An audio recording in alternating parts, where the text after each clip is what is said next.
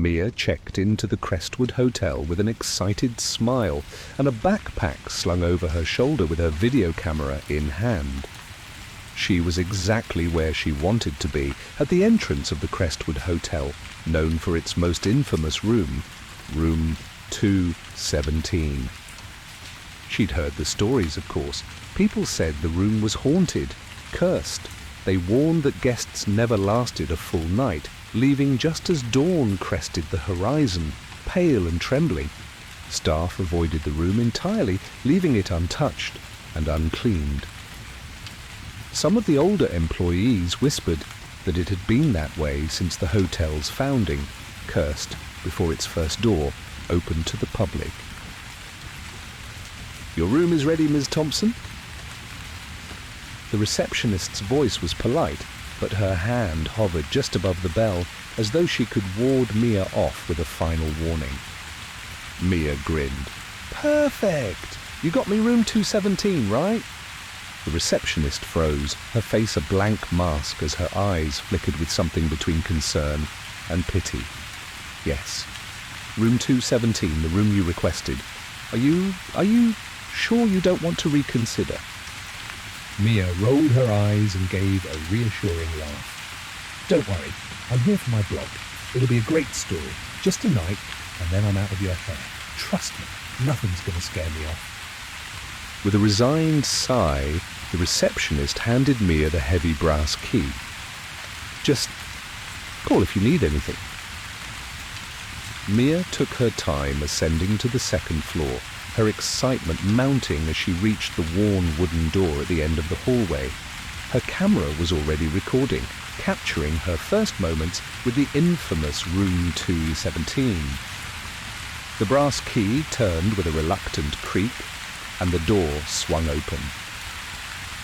The room was beautiful in an eerie Victorian way. Ornate wallpaper, faded with age, covered the walls, and thick burgundy curtains framed the window. An antique four-poster bed stood in the center, its covers pristine yet oddly untouched.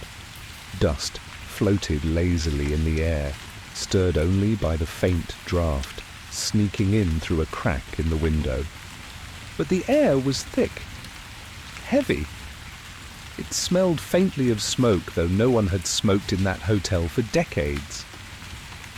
"Well, here we are," Mia said to the camera with a playful grin. "The infamous room 217. Let's see if anything happens tonight." She spent the next hour documenting every detail of the room, her camera lens lingering on the odd scratches etched into the bed frame, a strange dampness on the wall behind a faded painting, and a slight chill that crept into her bones the longer she stayed. As midnight approached, she settled in the room, turning off the lights, but leaving her camera on night vision. She lay on the bed, scrolling through her footage. But a nagging sensation tickled the back of her mind, urging her to glance over at the door. That was when she first heard it. A faint whisper, like someone exhaling right beside her ear. Mia froze, her heart pounding. The sound was so faint that she questioned whether it had been her imagination. She kept filming, reasoning that if anything strange happened, she'd catch it on video. Then it came again, a whisper, a little louder this time. She swallowed hard, gripping her camera. "Hello? Is anyone there?" she called, her voice echoing in the silence. She laughed nervously at herself. "Great, now I'm talking to myself." The whispers stopped. With a sigh of relief, she lay back on the bed, but her peace was short-lived. The smell of smoke grew stronger, saturating the air until her eyes began to water. She sat up, scanning the room, and that was when she noticed it. A shadow moved in the corner, shifting as though it were struggling to form, pressing against the edge of the room. A chill ran down her spine as she watched it stretch, elongating into a figure with indistinct features, as if draped in shadow and smoke. Her instinct was to run, but she remained seated, the camera steady in her hands as she recorded the dark shape lingering by the doorway. Then, just as quickly as it had appeared, the shadow faded, vanishing into the corner.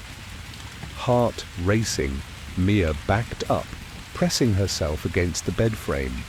She took a deep breath, trying to calm herself down. Maybe it was just exhaustion or the power of suggestion playing tricks on her mind. But when she lowered her camera, she realized she was no longer alone. Standing by the foot of the bed was a woman, her hair matted, her dress tattered and burned.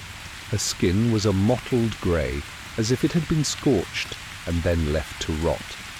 Empty, hollow eyes stared back at Mia. Mia wanted to scream, but her voice caught in her throat.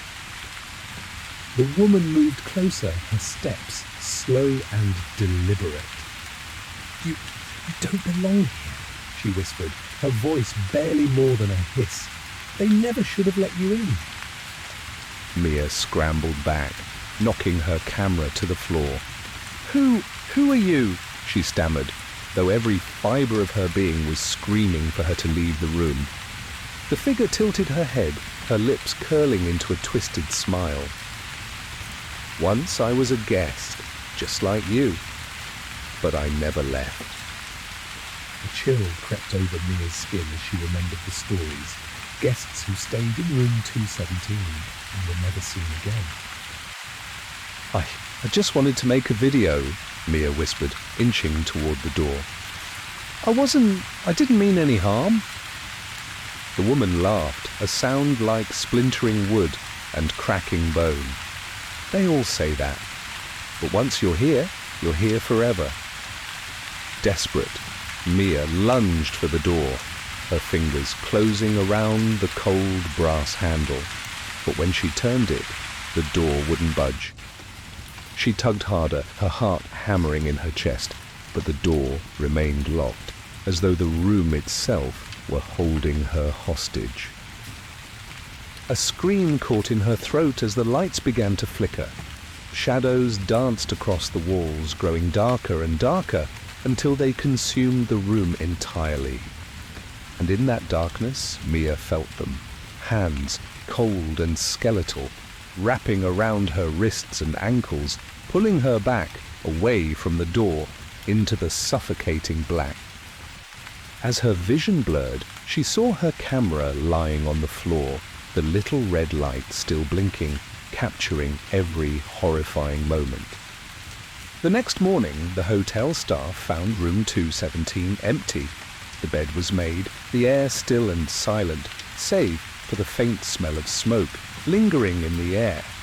But the room wasn't entirely empty. The staff picked up Mia's camera, the last remnants of her time in room 217.